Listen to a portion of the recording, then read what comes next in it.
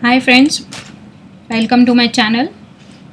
I know you all are waiting for the C++ short videos so that you can learn all the concept of C++ in very short time. Okay, but C++ is actually a bit large chapter.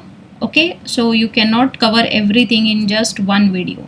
If you are covering all the things in one video means you are missing something. Okay, so I am giving you in short the description of each and every topic, okay, which is related to your board exam, and those topics are really very important.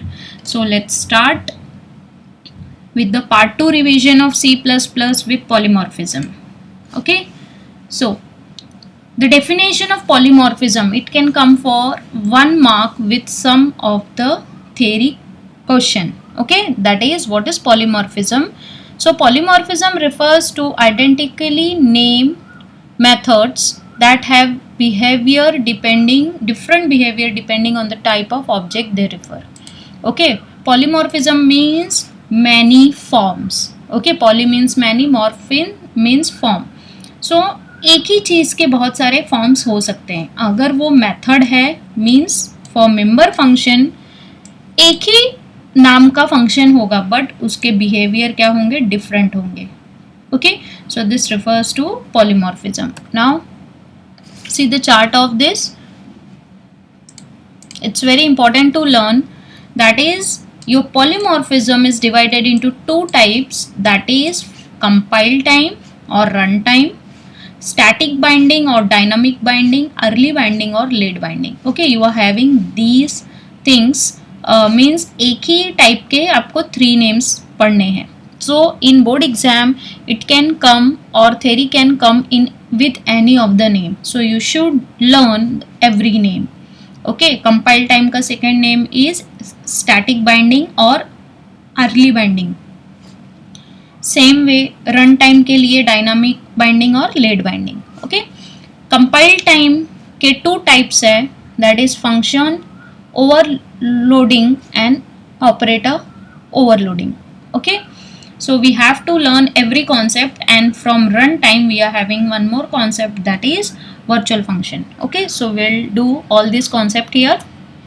So let's start with compile time. The first one, what is compile time, why it is known as compile time? Compile time is also known as these two terms, as we already know. In compile time, overloaded member functions are selected by matching arguments both type and number. Means what? जो functional bracket होगा उसके अंदर आपने कितने variables पास किए हैं, उसका type क्या है और कितने नंबर्स हैं. ओके, ये दोनों मैच होता है at in compile time. This information is known to the compiler at compile time. तो उसमें आर्ग्यूमेंट्स कितने हैं, वो कौन से टाइप के हैं, ये कंपाइलर को कंपाइल टाइम में पता चल जाता है. Therefore compiler is able to select an appropriate function at compile time. Okay, इसलिए वो प्रोग्राम जब रन होता है तो वो प्रॉपरली एक फंक्शन और डेटा दोनों प्रॉपरली मैच करके सिलेक्ट करता है. Okay, it is 2 types, we already know, that is first one is function and second one is operator overloading. So first one, according to the name, means overloading functions, means एक ही function है ऐसा नहीं है, बहुत सारे functions होंगे but उसमें नाम जो होगा function का वो same होगा, इसलिए इसमें ये क्या term है, overloading. ओके, सो एक ही नाम के function से क्या फ़ायदा होगा. अगर आप एक प्रोग्राम कर रहे हो एरिया ऑफ सर्कल, ठीक है, we are finding area. Now if I want कि you should find out area of a square. Okay, now next is area of a triangle. So ये क्या है, मेरा काम का जो टाइप है वो एक ही है, that is area. Okay, but जो जिस चीज़ का मुझे एरिया फाइंड आउट करना है वो क्या हो रहा है, चेंज हो रहा है. ओके, सो अगर मैं ये सारे प्रोग्राम को मर्ज करके एक प्रोग्राम बना दूं, so that program will come under this topic. Okay, so here क्या है, अभी ये जो फंक्शन हम क्रिएट करेंगे that performs a variety of different task is known as function overloading.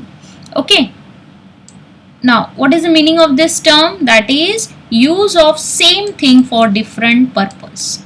Function overloading is an example of compile time polymorphism. तो अगर आपको एग्जाम में आता है कंपाइल टाइम के लिए थ्योरी लिखना है तो आपको ये भी साथ में लिखना है. Okay, see when we want a program with same function but the parameter should be different, तो क्या है उस टाइम पे ये कॉन्सेप्ट हमें यूज करना है. ओके, ये कॉन्सेप्ट हमें यूज करना है. The correct function to be invoked is determined by checking the number and the type of arguments.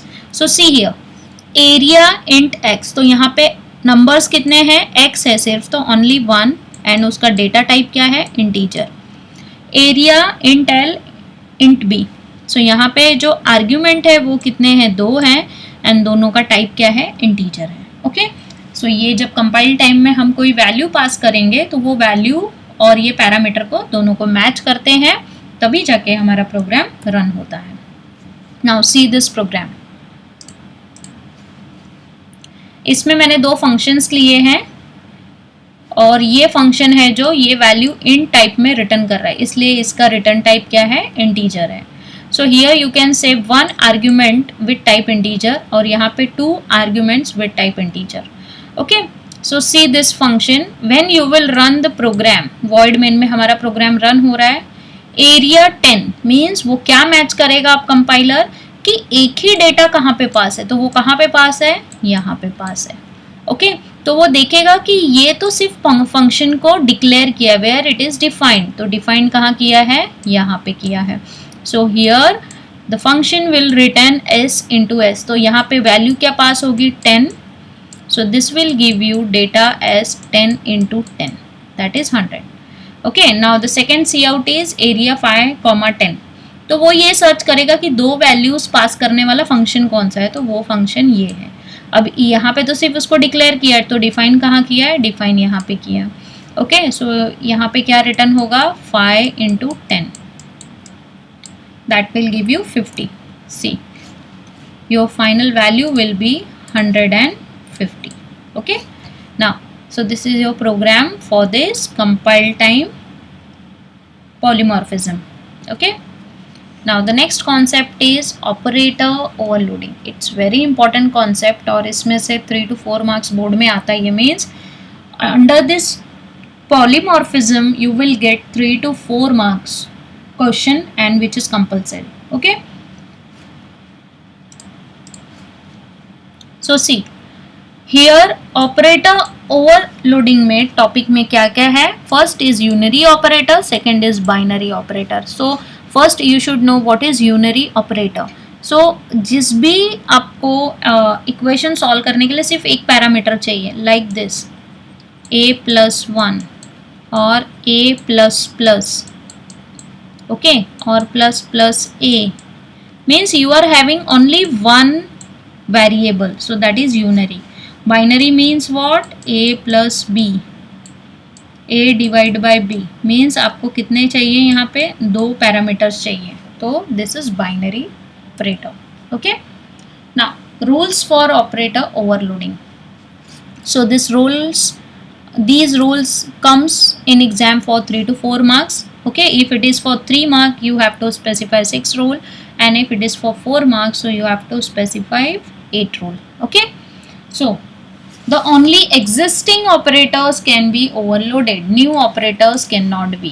Okay, the overloaded operator must have at least one operand that is of user defined. तो एक तो भी operator क्या होना चाहिए, user defined, जो user खुद के तरीके से डिफाइन कर सके. The basic meaning of operator we cannot change. Example, we cannot redefine the plus. Okay, operator to subtract means plus क्या काम करेगा, the plus will add 2 numbers, so we can not redefine it कि plus हमारा subtraction का काम करेगा. Okay, वो addition का ही काम करेगा. ठीक है, so we can not change the meaning and this is very important. That is the general form of operator function. तो ये कैसा रहता है, रिटर्न टाइप, ये आपका सिंटैक्स है. then you have to write the class name, then SRO, then operator, it's keyword. Okay, आपको ये ऐसे ही लिखना है. Then OP means you have to use the symbol that it is here plus or minus जो भी रहेगा. And here your parameters, argument कितने आपको पास करने हैं, अकॉर्डिंग टू द रूल कितने पास होंगे वो आपको यहाँ पे दिखाना है. Okay, so this is the syntax of operator overloading. Okay, now the next rule. अगर हमें यूनरी ऑपरेटर को ओवरलोड करना है with member function, means class में जो फंक्शन डिफाइन किया है कोई भी फंक्शन, तो वो कैसा रहता है, it is known as member function. तो अगर हमें वैसे यूनरी ऑपरेटर को ओवरलोड करना है then it will take no argument. Means what, ये जो फंक्शनल ब्रैकेट है यहाँ पे there will be no data. वो फंक्शनल ब्रैकेट क्या होगा, खाली होगा, ऐसे ही होगा सिर्फ. Okay, now unary operator overloaded by means of friend function. अगर मैं फ्रेंड फंक्शन कॉन्सेप्ट यूज़ कर रही हूँ then I have to pass one argument. तो सपोज यहाँ पे मैंने एक वेरिएबल पास किया. Then binary operator overloaded by means of member function takes one argument. तो अगर मेंबर फंक्शन यूज़ करके मैं ये प्रोग्राम करूँगी then I will take only one argument. Okay, एक ही वेरिएबल होगा. और अगर मैंने फ्रेंड फंक्शन यूज़ करके बाइनरी ऑपरेटर को ओवरलोड किया तो मुझे दो वेरिएबल्स यूज़ करने पड़ेंगे. Okay, so this is the meaning and these 4 are special rules. और आप अगर ये टेबल को आप बाय हार्ट कर लेते हो, आपको समझ में आ जाता है, then you can write these 4 rules. Okay, now invoking overloaded unary operator. See the syntax is, अगर मुझे ये कॉन्सेप्ट रन करना है so I have to use this OPR OBJ. Okay, OBJ means object का नाम रहेगा जो भी, और OPER means you have to use the symbol. Okay, you can write in this way और ये भी, दोनों भी वैलिड है. ओके, सो सी, और जो मुझे रन करना है, see this void that is return type operator keyword then op means symbol and argument अगर कुछ है तो according to the rule. so आपको इस तरीके से फंक्शन को डिक्लेयर करना है. Okay, so in this way you have to declare operator overloading function. okay, now following are the some operators that cannot be overloaded. तो ये आपको याद करना है, बाय हार्ट करना है. That is size of, membership, pointer, SRO and conditional operator. These are the 5 operators which you can not overload. Okay, तो ये MCQ में भी आता है, तो जिसमें आपको कुछ तो भी एक नाम दिया होगा and you have to check. तो आपको ये 5 नेम जो है बाय हार्ट होने चाहिए. Okay, and following operators can not B overloaded using friend function but can be overloaded using member function. तो अगर MCQ में आता है कि ऐसे कौन से फंक्शन हैं जो फ्रेंड फंक्शन के थ्रू नहीं होके वो मेंबर फंक्शन के थ्रू ओवरलोड हो सकते हैं. So these are the symbols. Okay, with this specific name. Okay, so you have to by heart these 2 tables which will help you in MCQ. okay, now the virtual function. virtual function क्या है, it is your runtime polymorphism or dynamic binding or late binding. Okay, so runtime means what? Selection of member function to be invoked while the program is running. This is known as runtime polymorphism. To achieve runtime polymorphism, C++ supports mechanism of virtual function.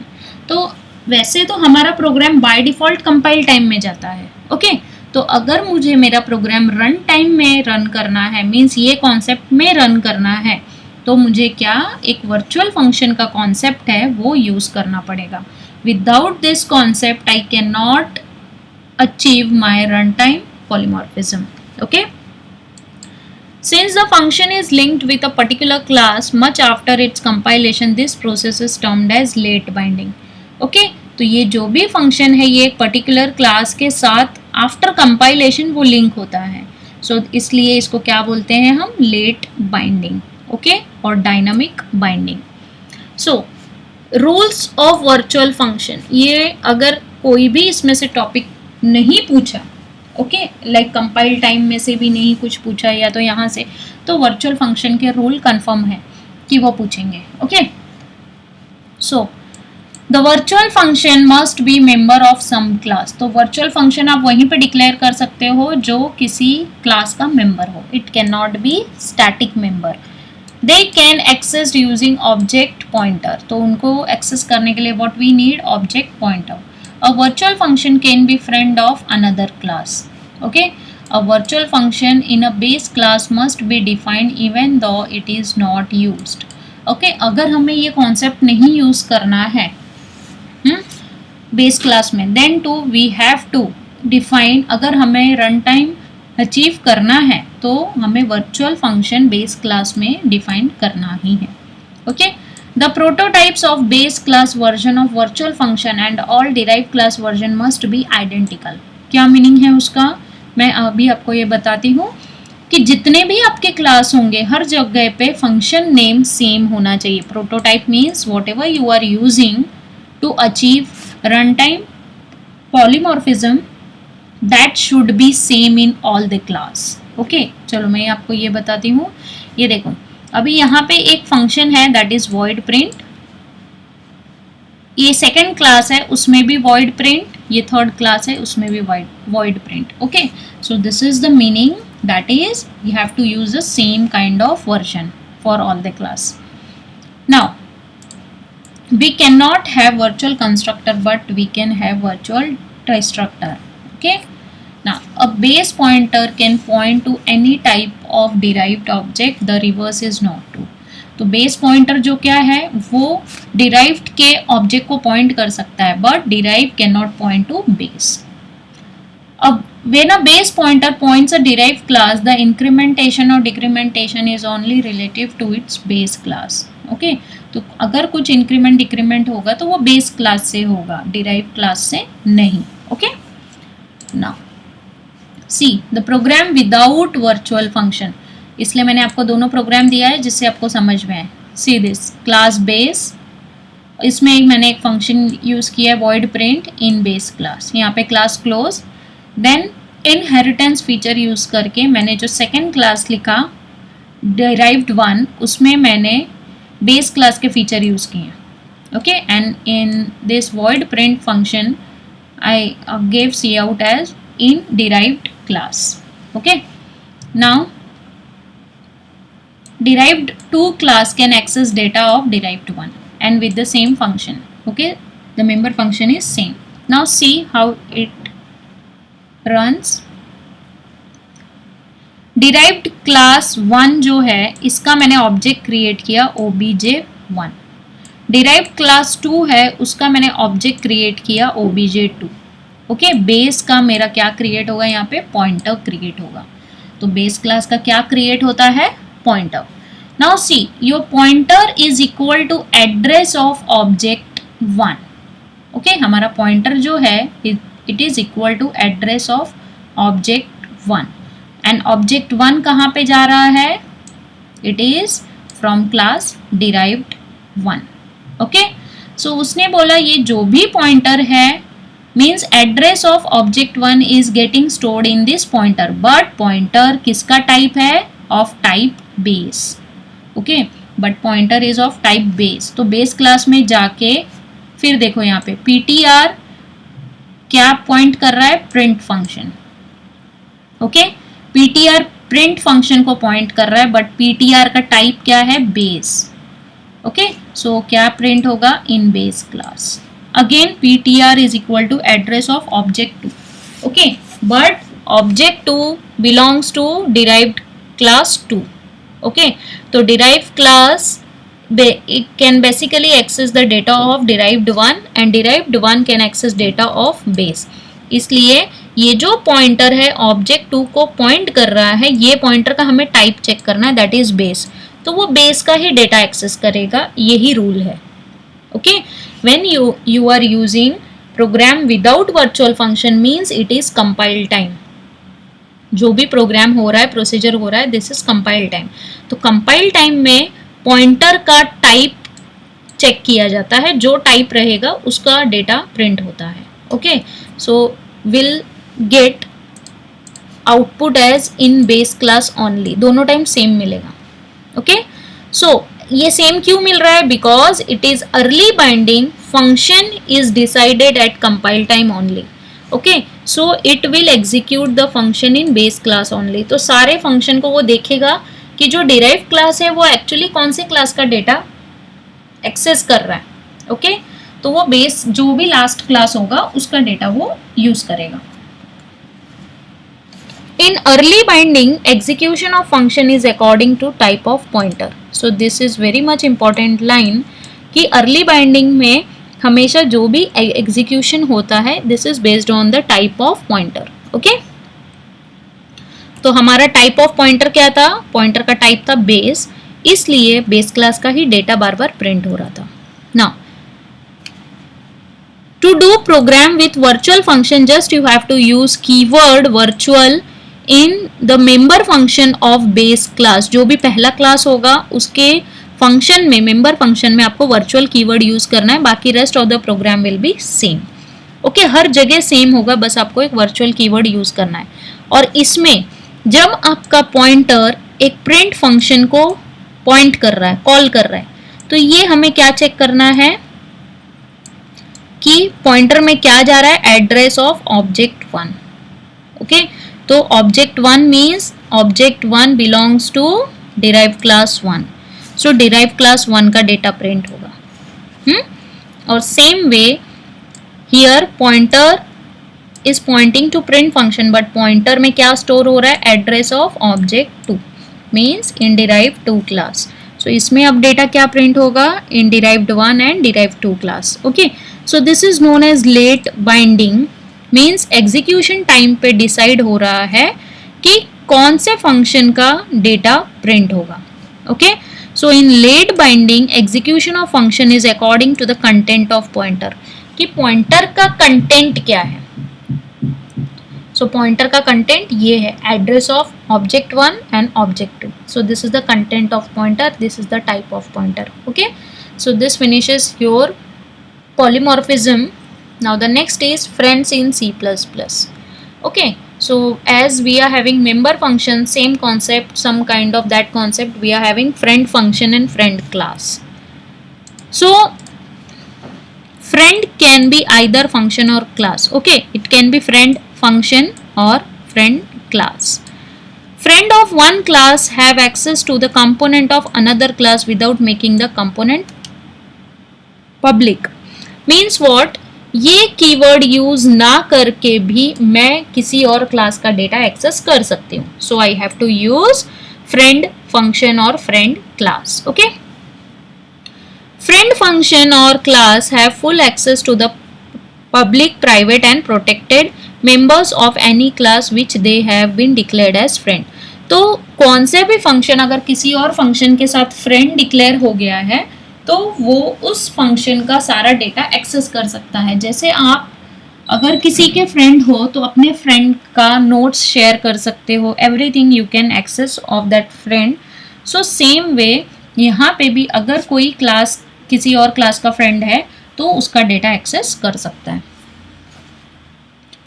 A class grants access privilege to its friend. तो class क्या करता है, अपने friend को वो access दे देता है. The difference is that friend function is like f of x while the member function is like x dot f function. Okay, member function को अगर मुझे कॉल करना है तो object means x, then I have to use dot, then my function name like print function है तो ऐसे. Okay, but friend function को कॉल करना है तो कैसे करना है, like my function is p और मुझे ऑब्जेक्ट को अंदर पास करना है इस ब्रैकेट में. So this is calling by friend function. Okay, derived classes of friend are necessary. Friends मतलब ऐसा ज़रूरी नहीं है कि डिराइव्ड क्लास के जो भी होंगे वो एक दूसरे के साथ फ्रेंड होंगे. Okay, derived classes of friends, तो फ्रेंड के जो भी डिराइव्ड क्लासेस होंगे वो ज़रूरी नहीं कि वो भी एक दूसरे के फ्रेंड हो सकते हैं. Okay, if we want that we have to declare friend. The difference between friends and derived classes is that derived classes might not be able to access all the members of base class but friend can access. Okay, derived class में कुछ ही data ऐसा है जो हम use कर सकते हैं, but अगर हमने फ्रेंड डिक्लेयर कर दिया तो वो हम बेस क्लास के सारा डेटा एक्सेस कर सकते हैं. Okay, the privileges of friendship aren't transitive, the privileges of friendship aren't reciprocal. What is the meaning? कि अगर एक फ्रेंड दूसरे फ्रेंड को कर रहा है शेयर, कि क्लास ए है, क्लास ए अपना डेटा बी को शेयर कर रहा है, इट डजेंट मीन कि बी अपना डेटा ए को शेयर करेगा. ओके, तो ये ना ट्रांजिटिव है ना रेसिप्रोकल है. ए बी को डेटा शेयर कर रहा है बट ये कंपलसरी नहीं है कि बी भी ए को डेटा शेयर करेगा. ठीक है. So one class can declare to be friend to another class. Yes, we can declare. This allows all the member function of friend class to have full access to the all member functions of another class. Okay, तो एक class जो है वो दूसरे class का data को access कर सकता है, फुल एक्सेस कर सकता है if we will declare it as friend. So see the syntax. Just you have to use the keyword friend with class name. जो भी क्लास नेम होगा उसके पीछे आपको कीवर्ड फ्रेंड यूज करना है. Okay, now see the program for friend class. You will get mostly the theory for this topic अगर आपको एग्जाम में आया तो. Okay, so just get it. Class A है, अब देखो मैंने इसमें एक डेटा डिक्लेयर किया विच इज प्राइवेट और एक फंक्शन है. ओके, दैट इज सॉरी ये कंस्ट्रक्टर है क्योंकि यहाँ पे क्लास नेम A यहाँ पे भी है with no return type. And you can see here ये क्लास B है जिसका मैंने डिक्लेयर कर दिया कि class A is friend with class B. Okay, और मैंने क्लास क्लोज कर दिया. Now I defined my class B. Class B में मैंने बताया कि ये जो फ्रेंड क्लास है, सपोज आप इधर कुछ भी नाम दे सकते हो. ओके, तो अब यहाँ पे जैसे क्लास A ने डिक्लेयर कर दिया है कि B मेरा फ्रेंड है, तो अब क्या होगा, क्लास B क्या करेगा, एक ऑब्जेक्ट क्रिएट कर रहा है. ओके, अगर क्लास A का कुछ तो भी नोट्स क्लास B को चाहिए तो क्लास B क्या कर रहा है, अपने साइड से A OBJ को भेजेगा. कहाँ भेजेगा, in class A to collect that notes. Okay, तो cout value is A OBJ dot data, so you will get 100. ठीक है. So how to call, B का ऑब्जेक्ट क्रिएट हुआ OBJ, A का OBJ1. And how to call OBJ dot friend, मैंने जैसे बताया था कि इसमें कैसे कॉल होता है, P in bracket your function sorry object name. Okay, तो मुझे क्लास A का ऑब्जेक्ट क्या है, OBJ1, तो मुझे OBJ1 यहाँ पर पास करना है इन दिस फंक्शन. ओके, तो इस तरीके से मेरा फंक्शन कॉल होगा और ये डेटा 100 मेरा प्रिंट होगा. Okay, now friend function. C++ allows the common function to be made friendly with more than one classes, allowing the function to have access to the private data of the class. तो friend function हम क्यों use करते हैं, जब हमें private data access करना होगा. Non member function can not have access to the private data. जो नॉन मेंबर फंक्शन है we can not give access to private data. Okay, but it is possible with friend function using friend keyword. How? Let's see. So characteristic of friend function can come in exam for 3 to 4 marks. So it's also very important thing. So just note it down 7 to 8 points, that it is not in the scope of class to which it has been declared as friend. Okay, सो ऐसा नहीं है कि वो scope of class में ही रहेगा जहां उससे friend declare किया है. Since it is not in the scope of class it can not be called using object. तो वो क्लास का जो रेंज है उसके बाहर हमें डिक्लेयर करना है फ्रेंड, तो उसे हम ऑब्जेक्ट यूज करके कॉल भी नहीं कर सकते. It is called like a normal C++ function. It can be declared in either public or private part of the class without affecting its meaning. It has the object as argument, means bracket में क्या declare होगा, parameter की जगह पे objects declare होंगे. It can not access the member function directly and has to use an object name and dot operator. अगर मुझे member function को एक्सेस करना है तो मुझे object name and dot operator, dot से क्या करना है, कॉल करना है with each member name. Okay, हर एक के साथ में मुझे object name with dot operator use करना है. Now see the program for friend function.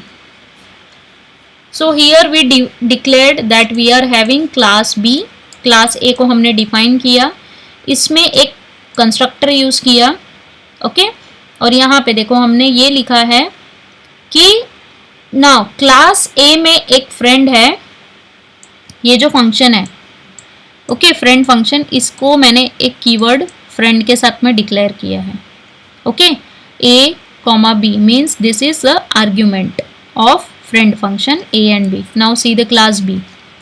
Class B में एक कंस्ट्रक्टर है, the value of that constructor is data equal to 50.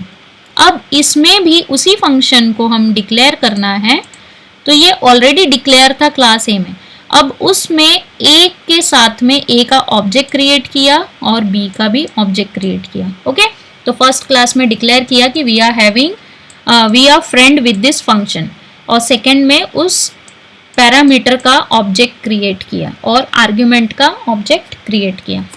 Now ये जो फंक्शन का स्कोप होता है ये मतलब क्लास के स्कोप के बाहर है. सो यू कैन सी ये जो फंक्शन डिफाइन हुआ है ये क्लास में नहीं है, क्लास के बाहर है, ओके सो इसको कैसे डिफाइन किया है, we use this with the return type integer. तो A OBJ dot data plus B OBJ dot data, मतलब A OBJ belongs to class A, class A का डेटा चाहिए प्लस क्लास बी का data चाहिए, means 100 plus 50, what you will get 150. okay so you can see the cout is friend function of obj1 comma obj2. तो आपका क्या run होगा, ये function run होगा and you will get 150. okay so please do these things properly because या तो rules आएंगे या तो उस पर थ्योरी आएगा. so you will get इतने आज के जितने भी हमने कॉन्सेप्ट पढ़े इसमें से एक कॉन्सेप्ट कंफर्म C++ में एक या तो दो कॉन्सेप्ट रहेगा for 3 to 4 mark. okay so please do this, and if you are facing any kind of difficulties so please tell me through comment or through email, and in our next session we'll finish our C++. okay so इससे short आपको C++ अगर कहीं मिल रहा है means you are missing something. okay so I am covering each and everything properly so that you can do better in your board exam. Thank you class.